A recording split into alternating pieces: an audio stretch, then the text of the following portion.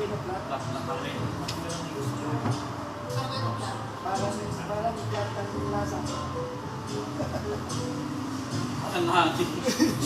Ang hangin ka mo. Hindi nagyabang yung gumawa. Dapat mayabang yung gumawa para hindi flat. Nakita niya ako na carbonace na ng dalawa yung kamay ko. Sa kanya, gano'n lang.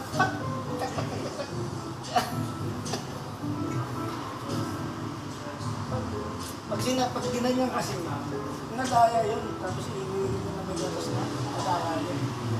Pero kung harmonize mo na ano talaga yung dalawang kamay mga kumagay, talagang bibilibang ka. Hindi ako nagkaganon talaga dito. Ako lang ginagawa yung gano'n ka-police na sobrang halo.